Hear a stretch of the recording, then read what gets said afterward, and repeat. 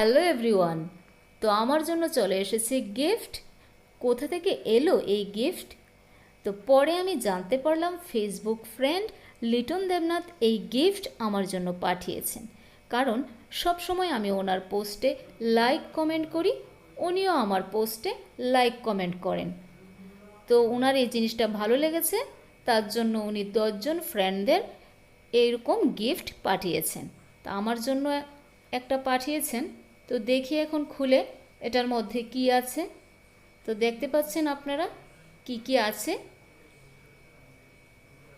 তো দেখেছেন কি কি আছে। এই যে, থ্যাংক ইউ লিটন দা, ধন্যবাদ আপনাকে, থ্যাংক ইউ সো মাচ।